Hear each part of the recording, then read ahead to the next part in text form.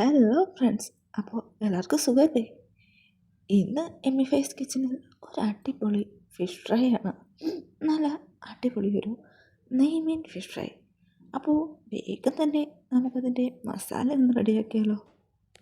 നമ്മുടെയൊക്കെ അടുക്കളയിൽ കാണുന്ന സ്ഥിരം യൂസ് ചെയ്യുന്ന കുറച്ച് ഐറ്റംസ് വെച്ചുള്ള ഒരു ഫിഷ് ഫ്രൈ മസാലയാണ് നമ്മൾ ആദ്യം റെഡിയാക്കാൻ പോകുന്നത്.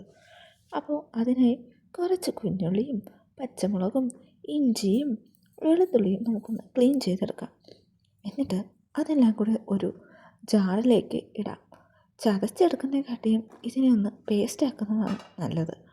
അപ്പോൾ ആദ്യം തന്നെ നമ്മൾ പച്ചമുളകും എരിവിനാവശ്യമായിട്ടുള്ള പച്ചമുളക്, എൻ്റെ പച്ചമുളകിന് നല്ല എരിയാണ്, അപ്പോൾ ഞാൻ ഒരു 3 എടുത്തിട്ടുള്ളൂ.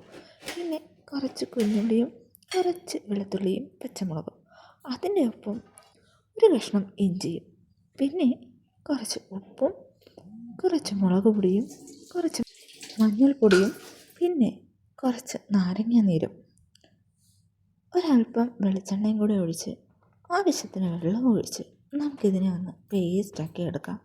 നല്ലതുപോലെ അരച്ചെടുക്കാം. എന്നിട്ട് നമുക്ക് ഇതിൻ്റെ ഉപ്പും എരിവൊക്കെ ഒന്ന് നോക്കി ഉപ്പൊക്കെ വേണമെങ്കിൽ കുറച്ചുകൂടി ഇട്ടൊക്കെ കൊടുക്കാം. ഇപ്പോൾ നമ്മുടെ അരപ്പ് റെഡി ആയിട്ടുണ്ട്. നമ്മുടെ അരപ്പ് കുറച്ച് കളർ കുറവാണ്, അത് മുളക് പൊടി ഞാൻ കുറച്ച് ഇട്ടിട്ടുള്ളൂ. നമുക്ക് അരപ്പ് പുരട്ടുമ്പോൾ കുറച്ചുകൂടി കാശ്മീരി മുളക് പൊടി ഇട്ട് കൊടുക്കാം. അപ്പോൾ നല്ല ഒരു കളറും ആവശ്യത്തിനുള്ള എരിയും നമ്മുടെ ഫിഷ് ഫ്രൈക്ക് കിട്ടും. ഇനി നമുക്ക് നമ്മുടെ ഫിഷ് കുട്ടന്മാരെയൊക്കെ ഒന്ന് മാരിനേറ്റ് ചെയ്ത് കുറച്ച് സമയം റെസ്റ്റ് ചെയ്യാൻ വയ്ക്കാം.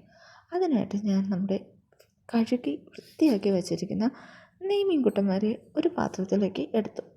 ഇനി നമ്മുടെ മസാലയും തേച്ച് കുറച്ച് മുളക് പൊടി അധികമായിട്ട് ഇടുന്നുണ്ട്. അപ്പോൾ ആ ഒരു കളറും എരിയുമൊക്കെ ബാലൻസായി കിട്ടും.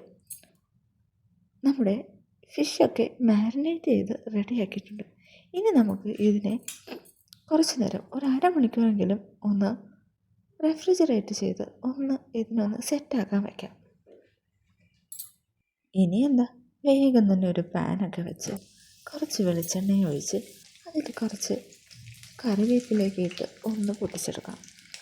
നമ്മുടെ എണ്ണയൊക്കെ ഒന്ന് ചൂടായി റെഡിയായിട്ട് വരുമ്പോൾ നമുക്ക് നമ്മുടെ മാരിനേറ്റ് ചെയ്ത് വച്ചിരിക്കുന്ന ഫിഷിനെ അതിലേക്ക് ഇട്ട് കൊടുക്കാം. എന്നിട്ട് തിരിച്ചും മറിച്ചും തിരിച്ചും ഒക്കെ ഇട്ട് ഒന്ന് ഫ്രൈ ചെയ്തെടുക്കാം. ഇടയ്ക്കിടയ്ക്ക് നമ്മുടെ ആ ഒരു മസാല ഉണ്ടല്ലോ, അത് ഞാനൊന്ന് തേച്ച് കൂടെ കൊടുക്കുന്നുണ്ട്. ഒരു നല്ല ക്രിസ്പിയായി നല്ല മസാല ലോഡഡായിട്ട് നമ്മുടെ ഈ ഫിഷ് കിട്ടും. നമ്മളിവിടെ കുരുമുളക് പൊടി യൂസ് ചെയ്തിട്ടില്ല, പച്ചമുളകും പിന്നെ കുറച്ചധികം മുളക് പൊടിയാണ് യൂസ് ചെയ്തേക്കുന്നത്. അതും രണ്ടാമത് യൂസ് ചെയ്തേക്കുന്ന മുളക് പൊടി കാശ്മീരി മുളക് പൊടിയാണ്. അപ്പോൾ അത്രയ്ക്ക് എരിവൊന്നും കാണില്ല. എരിവിനാവശ്യമായിട്ട് പച്ചമുളക് ആദ്യമേ ചേർത്തിട്ടുണ്ട്. ചെറിയ ഫ്ലെയിമിൽ കുറച്ചധികം സമയം തിരിച്ചും മറിച്ചുമൊക്കെ ഇട്ടാണ് നമ്മുടെ ഈ ഫിഷ് ഫ്രൈ റെഡിയാക്കി എടുത്തിരിക്കുന്നത്. വേണമെങ്കിൽ നമുക്കിതിനെ ഒരു വാഴയിലൊക്കെ പൊള്ളിച്ചും എടുക്കാം. എൻ്റെ കൈവശം വാഴയില ഇല്ലായിരുന്നു, അതുകൊണ്ടാണ് ഞാൻ വാഴയിലയിൽ വെച്ചതിന് പൊള്ളിക്കാതിരുന്നത്. ഒരു പൊള്ളിച്ച എഫക്റ്റൊക്കെ നമ്മുടെ ഈ ഫിഷ് ഫ്രൈക്ക് കിട്ടും. കാരണം ഇടയ്ക്കിടയ്ക്ക് നമ്മളിതിൽ മസാല ഇങ്ങനെ പുരട്ടി എടുക്കുകയാണല്ലോ. അപ്പോൾ കുക്കായി വരുമ്പോഴത്തേക്കും നമുക്ക് ആ ഒരു നല്ലൊരു റിച്ച് ആയിട്ടുള്ള നല്ല ക്രിസ്പി ആയിട്ടുള്ള എന്നാൽ ഉള്ളിൽ നല്ല സോഫ്റ്റ് ആയിട്ടുള്ള ഒരു ഫിഷ് ഫ്രൈ ആയിരിക്കും കിട്ടുന്നത്.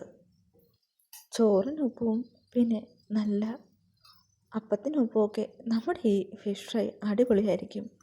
ഒരു ചമ്മന്തിയോ ഇല്ലെങ്കിൽ ഒരു പുളിശ്ശേരിയോ കൂട്ടി നമ്മുടെ ഈ ചോറും ഫിഷ് ഫ്രൈയും ഒക്കെ ഒന്ന് കഴിച്ച് നോക്കണം, അടിപൊളിയായിരിക്കും. ഇതേ റെസിപ്പി വെച്ച് വാഴയിലയിലും നമുക്ക് നമ്മുടെ ഫിഷ് ഫ്രൈ ചെയ്തെടുക്കാം. വാഴയിലയിൽ ചെയ്തെടുക്കുമ്പോൾ അതിന് ഒരു മീൻ പൊള്ളിച്ച എഫക്റ്റ് കിട്ടും. അപ്പോൾ സെയിം റെസിപ്പി തന്നെയാണ് നമ്മളിതിന് വാഴയിലയിൽ ആക്കുന്നത് എന്നേ ഉള്ളൂ. അപ്പോൾ എല്ലാവരും അതൊന്ന് ട്രൈ ചെയ്ത് നോക്കൂ. അപ്പോൾ മസാലയൊക്കെ തേച്ച് നമ്മുടെ ഫിഷ് ഫ്രൈ ഒക്കെ ഏകദേശം റെഡിയായിട്ടുണ്ട്.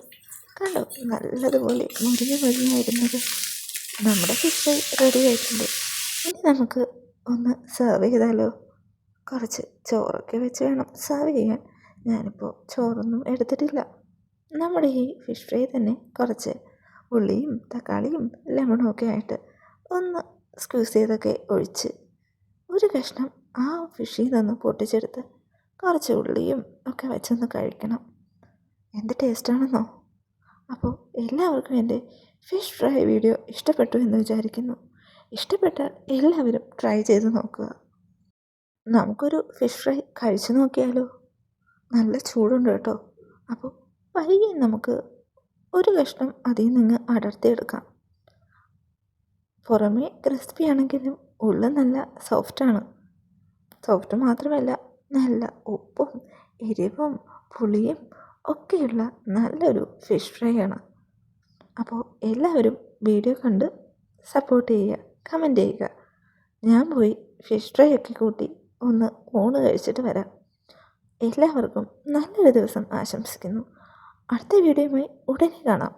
അപ്പോൾ എമി ഫൈസ് കിച്ചൺ അടുത്ത വീഡിയോ എന്താണ്? ആർക്കെങ്കിലും ഗസ് ഉണ്ടോ? കമൻറ്റ് ചെയ്യണേ.